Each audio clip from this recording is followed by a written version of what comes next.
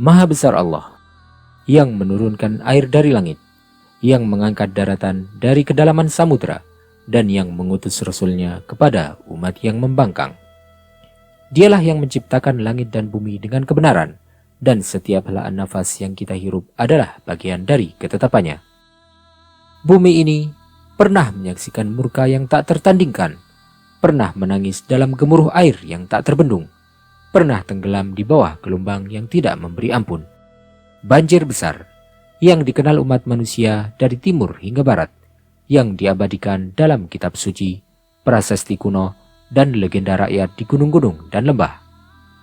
Dialah hari yang membelah sejarah umat manusia, hari di mana bumi dimandikan air langit, hari di mana peradaban yang durhaka dikikis habis oleh keadilan ilahi.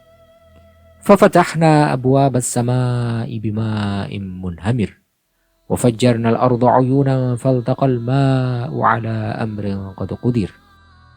Air itu turun dari atas dan menyembur dari dalam bumi. Dua kekuatan bertemu untuk satu tujuan, menghapus keangkuhan manusia. Dialah Nuh, seorang nabi, seorang ayah, dan seorang pembawa risalah yang tak lekang oleh zaman. Lebih dari 950 tahun, ia menyeru dengan lembut, mengingatkan dengan kasih, dan memperingatkan dengan kebenaran. Tapi manusia saat itu menjadi tuli dari suara langit, dan buta terhadap tanda-tanda bumi. Lalu tibalah hari itu, hari ketika langit tak lagi menahan air matanya, hari ketika bumi menyerah pada kemurkaan Robnya, banjir yang menenggelamkan gunung, yang mencabut akar-akar peradaban.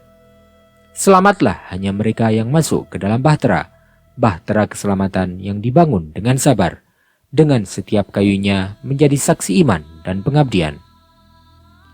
Namun, ada satu tanya yang menggema hingga hari ini, pertanyaan yang mengusik sejarah dan menantang nalar. Bagaimana mungkin Mesir tetap tegak? Bagaimana mungkin negeri para dewa dan piramida tidak tercatat dalam sejarah banjir besar? Bagaimana mungkin air setinggi gunung tidak menggulung puncak piramida Giza? Jika banjir itu menyapu seluruh bumi, lalu di manakah Mesir saat itu? Piramida masih berdiri, Sphinx masih tersenyum kaku di pasir waktu, lembah para raja masih memeluk rahasia para Firaun, dan catatan Mesir kuno tidak menyebutkan peristiwa banjir besar yang menghancurkan peradaban. Apakah Mesir memang luput dari bencana itu, ataukah sejarah telah memadamkan kenangan itu?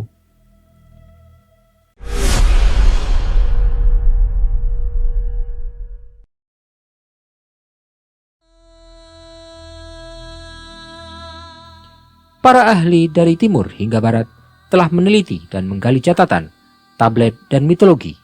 Hans Niedler Bellamy, seorang peneliti dari Austria, mengumpulkan lebih dari 500 kisah dan legenda tentang banjir dari seluruh penjuru bumi. Dari benua Amerika hingga ke pulau-pulau di Asia, dari Cina yang agung hingga India yang suci, dari Babylon yang penuh misteri hingga daratan Skandinavia yang membeku. Semuanya mengisahkan banjir yang sama dengan cara yang berbeda, namun satu suara mereka, air pernah menelan bumi ini. Dan dalam semua kisah itu, piramida tetap diam. Dalam catatan Babilonia, Etana diselamatkan oleh burung elang. Dalam kisah Cina, gunung diselamatkan raja dari gelombang. Dalam tradisi Indian, manusia berubah menjadi ikan untuk bertahan hidup. Tetapi Mesir diam.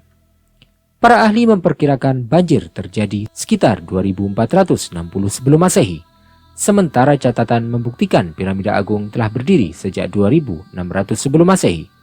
Artinya, jika perhitungan itu benar, maka piramida lebih tua dari banjir. Maka benarlah tanya itu. Mengapa piramida tidak hancur? Mengapa Mesir tidak tenggelam? Beberapa berkata, mungkin Mesir tertandingi oleh dataran tinggi, atau mungkin bentuk banjir saat itu tidak menyentuh lembah Nil. Yang lain berkata, mungkin sejarah Mesir menutup rapat lembaran itu karena terlalu sakral untuk diabadikan. Dan ada pula yang berkata, barangkali Mesir memang diselamatkan karena perannya yang kelak akan menjadi bagian penting dari sejarah Bani Israel dan para nabi.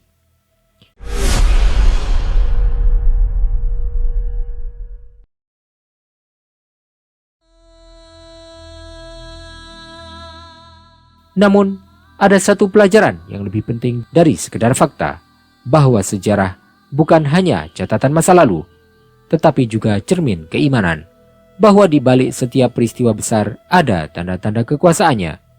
Inna fi dzalika laayah wa ma kana aktsaruhum mu'minin. Ada ayat yang hanya bisa dibaca oleh hati yang hidup. Banjir besar bukan sekedar bencana, ia adalah pelajaran bahwa yang bertahan bukanlah yang kuat, tetapi yang taat, bahwa yang diselamatkan bukan karena struktur bangunannya, tetapi karena takwa penghuninya. Dan kini, di zaman modern yang penuh peradaban, teknologi, dan keangkuhan, tanda-tanda itu kembali muncul, bencana demi bencana, seolah mengetuk pintu kesadaran kita, mengajak kita merenung, mengajak kita kembali. Sebab, sebagaimana Allah pernah menurunkan air, Dia pun mampu menurunkan lagi air, api, atau bahkan diam-diam mencabut keberkahan. Dan ketika semuanya musnah, yang tersisa hanya iman dan amal. Maka, wahai manusia, tidakkah engkau mengambil pelajaran dari banjir yang menenggelamkan bumi, dan dari negeri yang tetap berdiri tanpa luka? Apakah engkau akan menjadi seperti mereka yang masuk bahtera, atau yang tertinggal dan tenggelam dalam gelombang penyesalan? وَجَعَلْنَا مِنَ الْمَاءِ كُلَّ شَيْءٍ حَيٍّ أَفَلَا يُؤْمِنُونَ. Air bisa memberi kehidupan, dan air bisa menjadi sebab kematian. Semua tergantung pada sejauh mana kita taat kepada Sang Pencipta.